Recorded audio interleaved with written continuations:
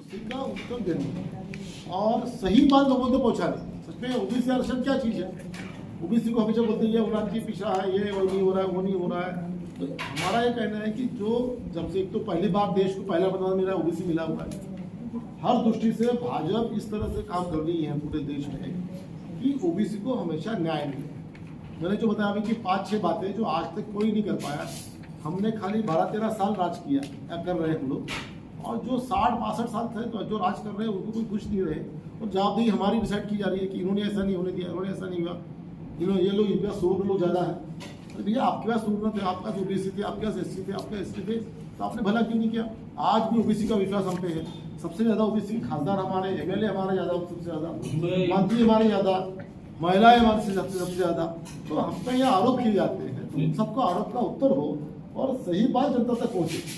Sir उसमें ऐसा कहना है, कांग्रेस का जो आरोप है, आपने बताया कि हमारे खासदार बहुत है, आमदार बहुत है, ये तो उनका कांग्रेस का ये कहना है कि सब पुतले बना के बैठाए जाते हैं, कानून वो बनाते नहीं है, ओबीसी वालों का उपयोग करते हैं, उनको खासदार आमदार बना देते हैं, विधानसभा लोकसभा में जाके बैठ जाते हैं, और जो देश को चला रहे हैं वो 90 IAS ऑफिसर है, उसमें से सिर्फ 5 ओबीसी है, बाकी सब बड़े बड़े मिश्रा हुए। आप बात कर रहे हैं जो सेक्रेटरीट की बात कर रहे हैं, IAS ऑफिसर नहीं, जो सेक्रेटरी पीएमओ है, वो देश को चला रहा है, जो 15 साल बाद बनते हैं।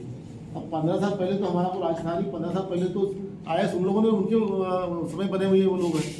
जितने भी IAS बने हैं, जो आज सेक्रेटरी है, वो हमारे समय थोड़ी बने हैं, वो तो उनके समय बने हुए हैं 15 साल पहले। उन्होंने IAS तो हमारे राज्य में हुई नहीं। सुनो ना भाई, यही बताओ, ये सब बातें जो गलत की जाती बातों में, उसके लिए हम जिम्मेदार कैसे हैं? नहीं सांसद साहब, जात न्याय बने के समय है, उस समय ना हम लोग थे, और वही लोग तो कर सकते हैं ना जो IAS बनते हैं उन्हीं में से 15 साल सेक्रेटरी बनेंगे। तो नए वहाँ पे ओबीसी पैदा कैसे होंगे? आज सेक्रेटरी कोई ऐसे ये थोड़ी बनते कि आज डायरेक्ट इलेक्शन हो गया, ऐसा नहीं होता ना। सांसद साहब, आप जात न्याय जनगणना का समर्थन करते हैं कि विरोध करते हैं? देखिए बात 2 बातें हैं हमेशा, ये भी हमारा भी बताओ, ये भी पार्टी की भूमिका क्या है? दोनों की बात कर रहा हूँ। पार्टी की भूमिका तो आपको स्पष्ट हो जाएगी, मैं भी बात करता हूँ। बात ऐसे है, जातिगत जनगणना 2011 में जिस समय कांग्रेस का राज था, उस समय जातिगत जनगणना हुई थी, हम सबको मालूम है। उसके बावजूद जातिगत जनगणना को उजागर नहीं किया गया, और उस समय सर्वपक्षीय बैठक लेकर ये निर्णय लिया गया कि जातिगत जनगणना को हम लोग उजागर नहीं करेंगे, देश हित में नहीं करेंगे, जिसमें भाजपा भी सम्मिलित था। लेकिन राज उनका था, मीटिंग बैठक उन्होंने बुलाई थी, उसका प्रतिनिधित्व उन लोगों ने किया था।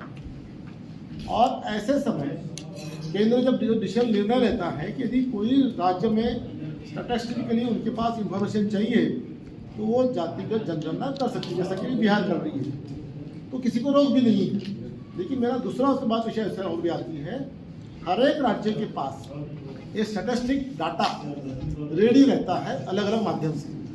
यूडैश की बात करो आप, यूडैश में हर राज्य के पास कंबाइनली करते हो तो हर एक जिलावार जिला न्याय उनका माहिती है।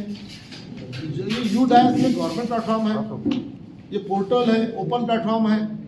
ये ऐसे कई तरीके के, कोई भी अपन लोग नौकरी लगती है, लिस्ट लगती है, कॉलेज लिस्ट लगती है, हर जगह ओबीसी के अलग, एससी के हर जगह संख्या में मिलती है आपको। तो ये सब टेक्निकल डाटा जो जिसको सुप्रीम कोर्ट भी एक बेस मानता है, जिसको हमेशा ये जो अभी हमारा जो पॉलिटिकल हमको जो ये हमारा फाइनल हुआ, जिसको हमें ओबीसी का राजकारण में जो दिया गया सुप्रीम कोर्ट ने, इसी बेस पे दिया। ये सब डाटा सबके पास है, अननेसेसरी हम लोग उसको जातिगत क्यों नहीं कर रहे, उसके बाद तो कुछ चाहिए आपको जातिगत डाटा, तो आप जनगणना स्टेट कर सकते हैं राज्य अपने राज्य पे। इससे बात कैसी होती है कि ये जातिगत जो करना चाहते हैं, जो डाटा है भी हमारे पास नहीं, ऐसा नहीं है, उस पर निर्णय ले रहे हैं हम लोग। नहीं, आपने बोले कि वह 2011 में जातिगत जनगणना हुई और उस वक्त की सरकार ने सभी पार्टी को लेके उसको रोक दिया, नहीं डिक्लेयर करना है। लेकिन मेरा सवाल तो सुन लीजिए कि वो जो निर्णय लिया गया वो देश हित में लिया गया निर्णय है। हाँ, मेरा एक पार्टी का विषय नहीं है वो। नहीं तो बराबर है ना, वो देश हित में उस वक्त अगर निर्णय लिया गया है। हाँ, तो 2018 में अपने तत्कालीन गृह मंत्री राजनाथ सिंह जी जो थे, इन्होंने एक ऑफिशियल प्रेस कॉन्फ्रेंस गृह मंत्रालय में लेकर 2021 की जनगणना में हम ओबीसी की जात न्याय जनगणना करेंगे, ऐसा रिकॉर्डेड है उनका। उन्होंने क्यों बोला फिर? मैं क्या बोल रहा हूँ, उन्होंने जो बोला मैं वो जवाब मैं अभी आपके सामने नहीं दे पा रहा। मेरा इतना ही विषय है कि ऑलरेडी इसका अधिकार राज्यों को दिया गया है। केंद्र चाहती है कि अधिक जनगणना हमारे पास टाटा स्टिक है, उसको हम लोग जनरल नहीं करेंगे, जनरलाइज नहीं करेंगे, ये निर्णय है, सभी पक्षों का निर्णय है। अब राज्यों को किसी की डाटा चाहिए तो राज्य अपना डाटा कलेक्ट कर सकता है।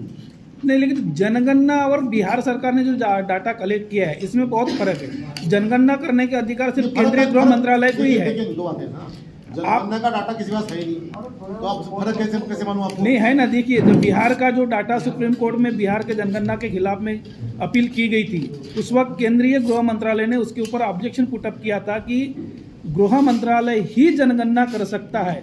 लेकिन बिहार सरकार ने ये बोला कि वह हम जनगणना नहीं कर रहे, हम एक सर्वेक्षण कर रहे हैं, जनगणना नहीं कर रहे, हम सर्वेक्षण कर रहे हैं, ये उन्होंने बोला था। तब आपकी रिट पिटीशन केंद्रीय गृह मंत्रालय ने पीछे लिया था।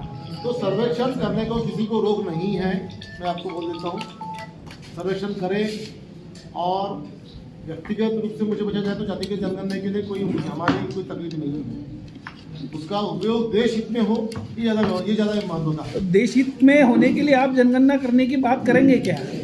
बात करने क्या होता है, बताया ना आपको ऑलरेडी कि जनगणना का रिपोर्ट केंद्र के पास ऑलरेडी है 2011 का, जिसको उजागर नहीं करने के लिए उन्होंने निर्णय लिया, एकत्रित निर्णय लिया है देश हित।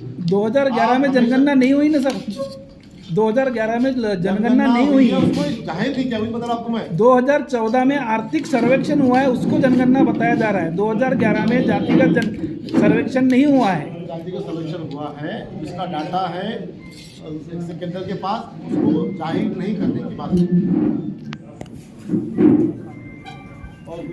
आपने एक ओबीसी हॉस्टल का भी बोले हैं, सरकार ने ओबीसी हॉस्टल की घोषणा करके 2 साल हुए हैं, कब शुरू होंगे, क्या जानकारी है आपके पास? जहाँ तक मेरा जो बात हुई है 10-12 दिन पहले ही, ये आने वाले 2 दिन में ही उसका एग्रीमेंट होगा। लोगों का जगह फाइनल हो चुकी है अभी किराए की, और जो परमानेंट जगह के लिए उन्होंने भी डिफाइन किया, उनके एनओसी का प्रलंबित है, एक ही हो चुकी है। ये प्रवेश प्रक्रिया के लिए बच्चों को कब ऑर्डर आने मिलेगा? वाले 8 दिन के अंदर जहाँ तक मुझे लगता है कि प्रवेश प्रक्रिया का निर्णय हो जाएगा।